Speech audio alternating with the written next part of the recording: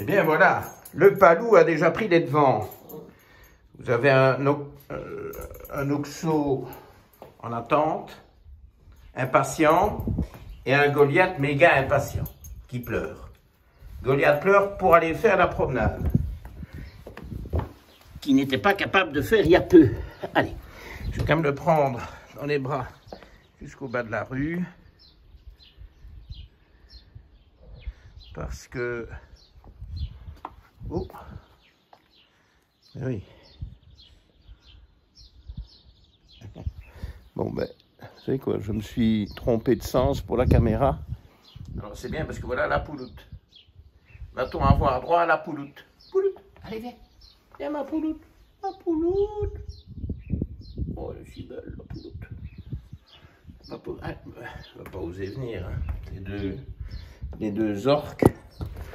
Bon, mais me voilà chouette moi. J'ai été faire la vidéo à l'envers. Donc vous voyez ma porte. Alors si vous voulez, je vais vous montrer mes plantes. Voilà ma joue-barbe. Super joue-barbe, regardez ça. Qui vient de mon jardin. Mes jonquilles qui progressent. Les jacinthes qui explosent. Pas les roses qui sont en retard, mais... Et alors, l'odeur. Bon, alors le problème c'est... Moi, vous n'allez pas me voir à ce train-là. Palou qui est là sur la route. Bon, ben, et si on faisait une vidéo où on voit plus les animaux et où on célèbre encore plus leur retour en forme de Goliath. Là, je renverse le truc, j'ai aucune idée de savoir si on me voit ou pas. Bon, ben, écoutez, c'est que ça doit se passer comme ça. Allez, Oxo, viens. J'ai déjà allumé mes petites lampes pour quand on va rentrer parce que le jour est en train de tomber, mais... Vous voyez, en plus, c'est la Golden Hour. Ah ah, Golden Hour. Qu'est-ce qui m'a pris de... J'ai voulu vous montrer les animaux qui piaffaient tous d'impatience. J'ai surtout voulu vous montrer un Goliath en beau progrès. Allez, Oxo, est-ce que tu veux bien? Oh là là, allez, oui, voilà. Bon, alors... C'est pas du tout ce que j'avais prévu de faire comme vidéo. Bon, ça me dérangeait pas de faire une suite de la semaine dernière, hein, parce que, bon, c'était quand même assez réussi. Beaucoup de gens se sont réjouis de voir Goliath qui allait mieux. Je voulais en fait shooter hier. Il a fait absolument infect parce qu'il y avait un vent beaucoup trop fort. Le vent est toujours fort, mais pas aussi fort que hier. Donc, je mets ma main pour protéger un peu le micro. Vous savez que dans le temps, je mettais une bonnette anti-vent. Je crois que c'est une garantie de crise cardiaque me concernant parce que c'est vraiment infernal. Palou, Palou, Palou, Palou. Voilà, j'appelle et Palou arrive. Vous voyez, c'est ça, dresseur de chat. Et donc, je n'avais pas tout à fait prévu de faire ça, mais il faut faire une suite de la semaine dernière. Parce que c'est vrai que j'ai ouvert des portes et je n'ai pas trop... ça va comme ça, on me voit? Totalement foireux. Enfin bon, ce ne serait pas la première vidéo foireuse que je tourne, hein, ou pour utiliser mon vocabulaire habituel, la première capsule foireuse que je shoote. Bon, je me réjouis de voir ce que ça va donner. Je crois que je ne vais pas oser regarder le résultat. De toute façon, moi je ne shoot qu'une fois, et puis après, ben, advienne que pourra. Alors regardez, ça c'est les travaux de la fibre. Je vais enfin avoir une bonne connexion internet. Sauf si la fibre s'arrête là, moi qui habite là au-dessus, non, ça va continuer. Mais alors, je ne vous dis pas les travaux, petit Oxo en passant. Alors, on va mettre Goliath là où il est quand même sur du terrain valable. Vous allez voir les progrès qu'il a fait en une semaine. Et donc, les réactions à la capsule de la semaine dernière, cette fameuse Blanche, célèbre Blanche maintenant, qui a fait passer en quelques mois son HbA1c de 8,1 à 6,3, je vous ai donné les chiffres précis. Mais évidemment, je vous ai laissé un peu sur votre faim parce que je ne vous ai pas dit exactement ce qu'elle avait fait hein, pour obtenir de tels résultats. Bon, une partie de la réponse à mon absence de partage de ces efforts, de ces changements alimentaires, c'est que, bon, ben, je ne les connais pas dans le détail. J'en ai les grandes lignes. Hop, on met Goliath par terre et on va le laisser faire ses plans. Voilà. Alors, Goliath a eu un petit brushing avant la sortie. Okay, et donc, bon, on va essayer comme ça. Je ne sais pas ce que ça vaut. Je suppose que j'ai des doigts là où il ne faut pas. Enfin bon, bref. Ah non, je ne sais jamais où est la caméra, où est le micro. C'est une catastrophe en fait. Mais je comprends qu'il y ait beaucoup de trolls sur ma chaîne, vu que je suis tout à fait incapable de tourner des vidéos et que j'en poste quand même une par semaine depuis 5 ans. Et donc, et ça ne s'améliore pas. Et donc, je ne sais pas trop ce qu'elle a fait, moi, Blanche.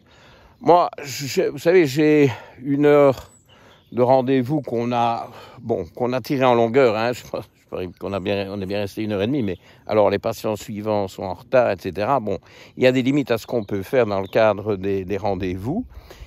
Et le but du rendez-vous, c'était quand même de programmer ce qu'elle... il y a Oxo qui fait regardez, il y a Oxo qui fait son cirque. Et il fait le gros dur, alors il vient vers Goliath avec un gros dos pour impressionner Goliath. Bon, il n'y a rien... Oula, besoin. Ah ben après, il va falloir ramasser. Il n'y a rien qui impressionne Goliath.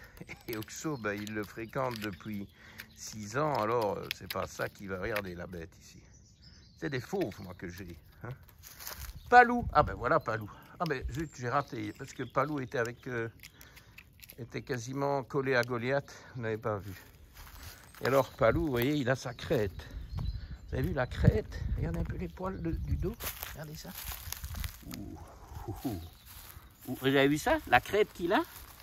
Il a certainement vu quelque chose dans le bois qui ne lui plaisait pas. Hein Palou? Pourtant c'est un chat très gentil. Oh oui, oh oui, oh oui, oh oui, c'est un boudou ça. C'est un boudou.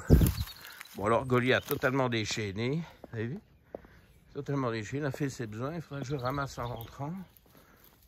Parce que malheureusement au lieu de le faire dans l'herbe, il l'a fait au milieu du chemin. Mais ça va, hein? Il retrouve des selles, il a une énergie aujourd'hui. Alors il n'est pas encore très solide sur ses pattes, mais l'énergie est là. Bon, donc, le rendez-vous de Blanche consistait à surtout lui expliquer le programme que je voulais pour elle. Et je vous rappelle qu'il n'y a pas que le diabète. Elle a un petit début d'insuffisance rénale, etc. Des carences, des problèmes intestinaux. C'est tout ça qu'il fallait qu'on règle. Donc moi, je n'ai pas passé le rendez-vous à lui demander. En fait, c'est elle qui avait rendez-vous, c'est pas moi qui avais rendez-vous avec elle, vous comprenez. Mais de toute manière, j'ai été assez sec et assez intransigeant avec... Goliath ne veut pas descendre dans le bois. Bon, bah, écoutez, on va le suivre, hein, c'est lui le chef. Vous voyez, sa démarche est un peu brinque-ballante. Mais enfin, il marche. Hein. Je vous rappelle qu'il y a un mois, il ne tenait pas sur ses 4 pattes. Hein. Vous l'avez vu dans des vidéos, couché sur mon bras gauche. Vous ne vous êtes pas rendu compte, mais c'est parce qu'il ne savait pas marcher. Bon, alors j'ai pas tout dit, mais là maintenant il marche. Mais il est un peu brinque-ballant. Mais bon, ça s'améliore petit à petit. Il va retrouver des forces. Il mange beaucoup, 3 fois par jour. Alors qu'il a toujours mangé 2 fois par jour. Donc, je suis optimiste. Et donc, cette brave Blanche, qui n'est pas tout à fait son vrai prénom, hein, a fait des efforts en servant du glucomètre Et je lui ai conseillé évidemment la manière de poursuivre maintenant qu'on a ces génotypes. Mais la raison pour laquelle je n'ai pas été du tout conciliant et enthousiaste pour répondre à vos questions, oui, mais vous nous laissez sur notre faim. C'est un jeu de mots, j'ai bien ri. Non, mais c'est un bon jeu de mots, mais meilleur que les miens. Les miens sont catastrophiques en général dans mes commentaires. Parce que, si vous voulez, je n'ai pas une réponse standard à que fait-on quand on veut se sortir d'un diabète de type 2. Il n'y a pas de réponse standard à ça. Mais non, il faut personnaliser la mise en place d'une diète pour le diabète de type 2. Ah ben oui, évidemment, tout doit être personnalisé en médecine fonctionnelle. Alors, il y en a beaucoup qui s'engouffraient assez rapidement, de manière assez périlleuse, parce que périlleusement, je ne pense pas que ça existe, pour prétendre qu'elle avait suivi une diète cétogène. Certains ont même dit sectogène. Enfin bon, là c'est un peu... Hein, vous y allez un peu fort, là. Cétogène. Mais c'est vrai que la diète cétogène est probablement une des premières diètes à envisager pour se sortir d'un diabète de type 2. Et bon, il est vraisemblable que ce que Blanche a fait relevait un peu de cette piste-là, mais pas du tout. Je vous signale quand même que Blanche n'a pas du tout commencé à tester ses corps cétoniques d'une manière ou d'une autre, etc. Elle a juste arrêté ses erreurs et ses excès glucidiques et sucrés. Bon, en s'aidant du glucomètre pour repérer ce qui était acceptable et ce qui n'était pas. Bon, voilà, c'est pas si sorcier, ça demande surtout beaucoup de volonté, mais il n'y a pas une méthode miracle. En plus, la méthode va très fortement dépendre, notamment des métabolites, des marqueurs métaboliques, hein,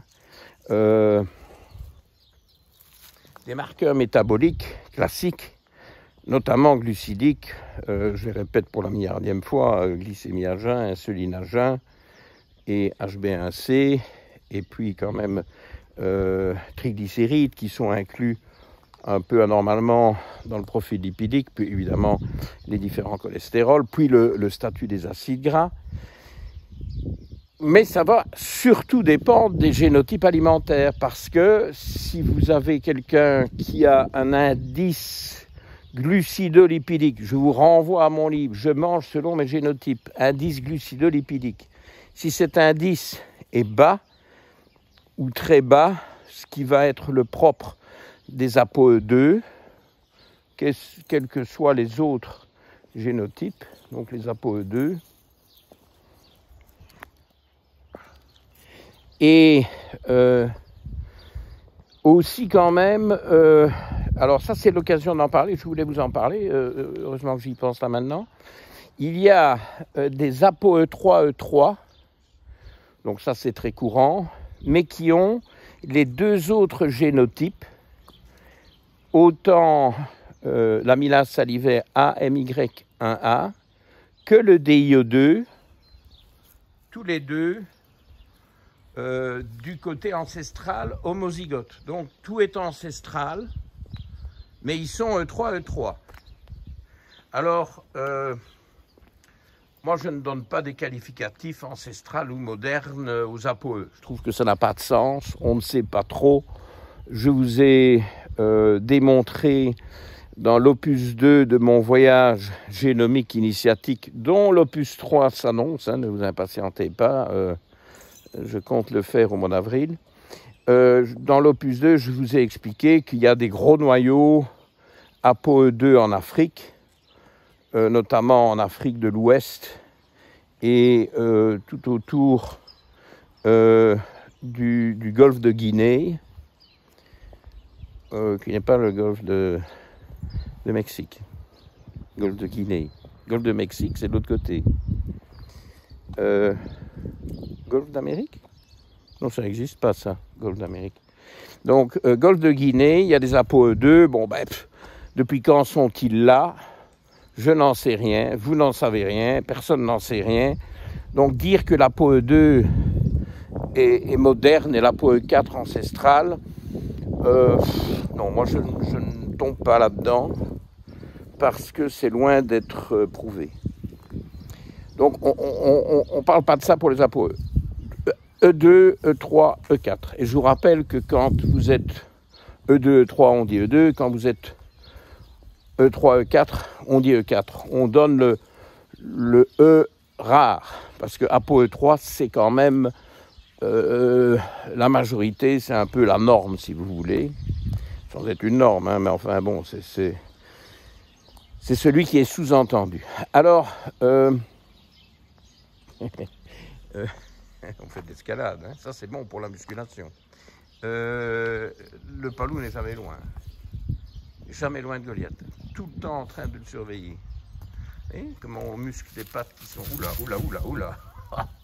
C'est rien, non, il ne tombe pas, il se fortifie, aucune peur, c'est bien.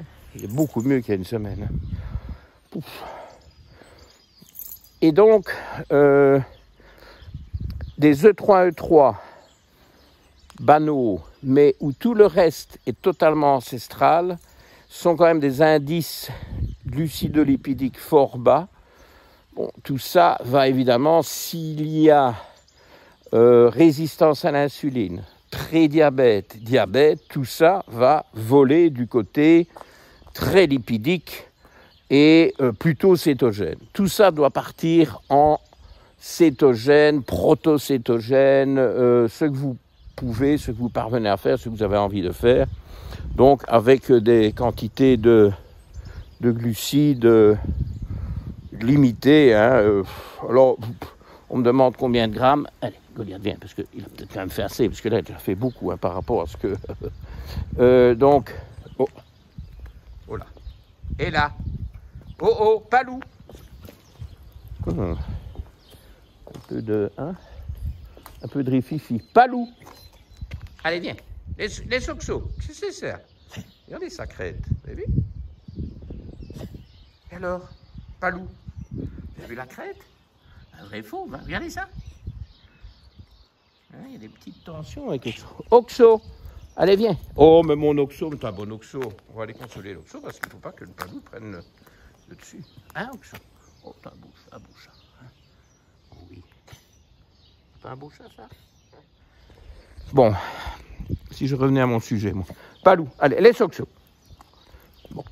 Et donc, combien de grammes de glucides? Entre 20 et 50 grammes, plus l'indice glucidolipidique est bas, moins il y a de grammes. Bon, je m'en fous un peu, moi, des grammes de glucides, ça m'a toujours énervé, ce truc-là. Testez, vous voyez, si vous travaillez bien avec un glucomètre, sans tomber esclave du glucomètre, vous le mettez 15 jours, vous apprenez des trucs, vous prenez des notes sur un petit carnet pour vous en souvenir. Ça marche, ça marche pas. Quel Goliath. Bon, un peu froid maintenant, on va rentrer. Et donc, je préfère plutôt travailler en fonction des associations alimentaires. Parce que, vous voyez, les glucides, tout dépend de la manière dont ils sont encadrés par les protéines, évidemment par les graisses, mais surtout par les protéines, parce que c'est les protéines qui tempèrent les pics glucidiques. On parle ici de faire baisser l'HbA1c. C'est ça que Blanche a fait. Mais obsédez-vous plutôt sur l'observation des pics glucidiques. Ça, c'est quelque chose que Marion Kaplan, qui est parti vraiment vers le cétogène. Je ne suis pas tout à fait certain.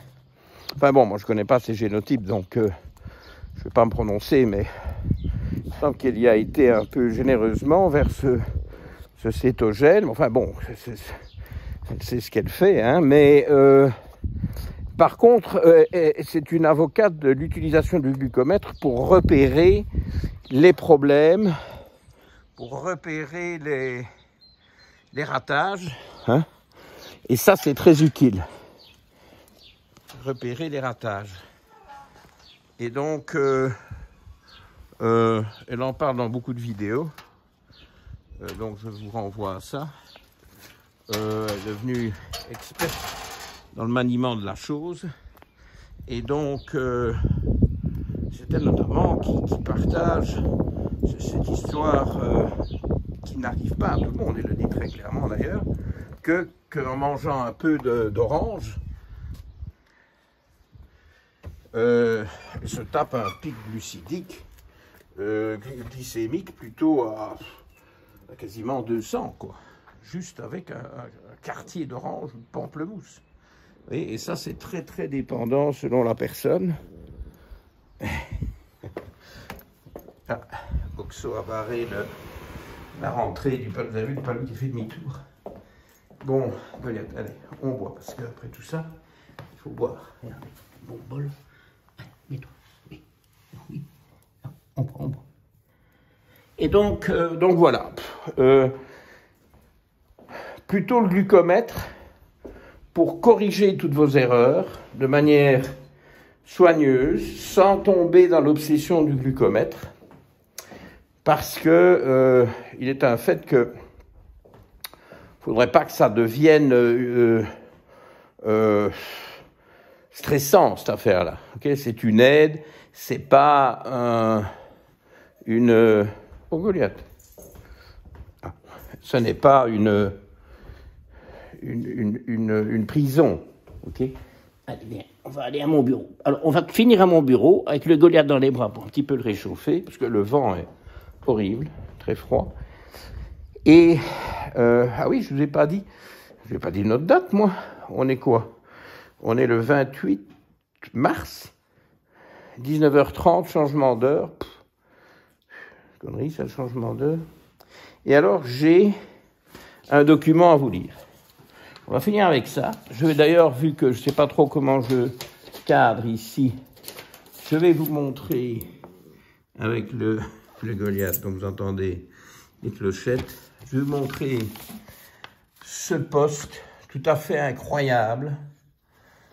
Et ça, c'est le but aussi de la vidéo d'aujourd'hui. Alors, c'est un poste... Oups. Est-ce que j'ai dit des insultes quant à ces nutritionnistes et médecins? Non. Bon, c'est bien. Alors que je vais vous montrer, parce que parfois j'y vais un peu fort, tellement ça m'énerve parfois, mais enfin ici je suis resté très sobre. C'est bien. Alors, son vrai faux pseudo, Fleur Bregna. Ah, les pseudos, c'est pas des vrais ni des faux, c'est des pseudos. Ben, son pseudo alors, hein, puisque vous m'expliquez ça. Je ne suis pas très calé dans tout ce qui est informatique. Merci, Dr Mouton, pour cette capsule que tout le monde devrait regarder, d'accord. Suivi par vos collègues, bon, elle est contente, tant mieux. Elle veut partager 2 cas. Oui, Goliath, je sais, on va manger, mais pas tout de suite. Allez, mets-toi. Mets-toi là, et on mange en 2 minutes. Crève de faim, la pauvre bête, en fait, c'est ça le problème. L'effort appelle la nourriture. Et ce sera son 3e repas déjà. C'est ça qui fait qu'il se retape tout doucement. Donc, on va lire ensemble. Hein. On va essayer de calmer le Goliath parce que ça ne m'arrange pas. Allez, mets-toi là. Hop, zouzou. Donc, je souhaitais partager 2 cas. Une dame de 70 ans, en diabète de type 2, sous metformine. Nous dînons avec elle et je la vois manger. On devine. J'aborde le sujet. Je suis en cursus de naturopathie fonctionnelle. Donc, Fleur Bregna apprend ça. Et donc, elle est un peu effrayée de voir son alimentation. Elle me sort donc cette dame de 70 ans, lui sort la prescription d'un nutritionniste. Je suis resté sans voix. Féculents, pâtes, fruits, etc. En rien une diète adaptée à une personne qui souffre de diabète de type 2. La diète lambda, ou presque de la majorité des personnes. Je n'ai rien dit. Goliath, allez, oui, tu vas manger. Allez, mets-toi là. C'est gentil, comme ça. Il faut que je le mette sur mon bras, alors on ne dira plus rien. Et avec la metformine, tout va bien. Je n'ai rien dit car la personne concernée n'est pas prête ni à écouter, ni à changer. Voilà, c'est le problème aussi, évidemment, hein, si les gens ne veulent pas changer, que si vous voulez qu'on leur donne comme conseil. Et donc, avec la metformine, tout va bien. Une pilule et hop. Deuxième personne que je connais, qui voit un diabétologue. Bon, là, un spécialiste. Car on lui découvre un diabète 2 important. Séjour de 2 jours à l'hôpital pour un bilan.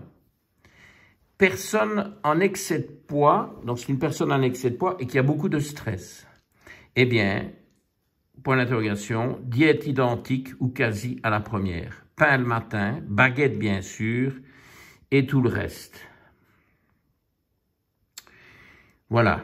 Bon, alors, qu'est-ce qu'on fait avec cette nutritionniste et cette, enfin, on n'en sait rien, et un ou une diabétologue qui soigne finalement le diabète de type 2 avec des médicaments et avec plein de glucides tous azimuts, et pas des bons glucides, et pas au bon moment, et plein de pain, etc.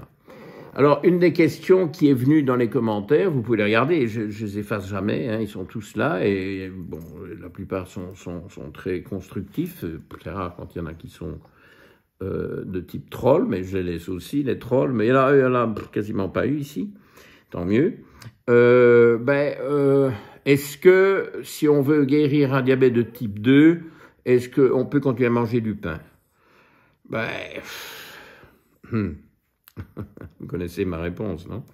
Donc, si on ne peut pas commencer à manger du pain, ça nous envoie aussi vers la capsule que je comptais shooter aujourd'hui, parce que je pensais parler du gluten. Alors, peut-être un dimanche prochain pour parler du gluten, avec la 3e sortie animalière, Goliath et les chats, pourquoi pas, j'espère qu'il fera bon. Là, il va vraiment falloir que je donne à manger à ma bête parce que le temps, de toute façon, est écoulé. Alors là, vous voyez mes doigts, c'est très intéressant. Ah ben oui, je le tiens du mauvais côté. Donc, alors, ça c'était moi et Goliath il y a 8 ans. On a changé, hein. Bon, bref. Voilà. Qu'est-ce qu'on va manger, Goliath? Hein? Qu'est-ce qu'on va manger? On va manger... Je ne sais plus où mettre mes doigts, moi. Hein? C'est effrayant. On va manger... Allez, je vais vous donner la vue sur la vallée, parce que je ne sais plus trop quoi regarder. Je crois qu'avec Goliath, on va lui donner sa nourriture traditionnelle qui reprend seulement depuis 3-4 jours, c'est-à-dire du Dog Chef. Et je ne fais ni publicité ni placement de produits, mais figurez-vous que maintenant, il y prend goût. Okay? Regardez mes belles pensées, j'ai cru qu'elles n'allaient pas passer l'hiver, et puis elles sont toujours bel et bien là. Ok, allez, merci beaucoup. Je suis désolé pour ce truc chaotique. Je crois que j'ai quand même fait passer quelques messages utiles. Et puis, bon, voilà, c'est quand même la célébration du retour en forme de Goliath. Qui sait qui va manger et qui donc ne pleure plus. Ok? À dans une semaine pour voir ses progrès et pour probablement vous parler du gluten. Parce que, en France, gros problème le gluten. Allez, ciao, ciao. Hop, on éteint le bazar. Et voilà.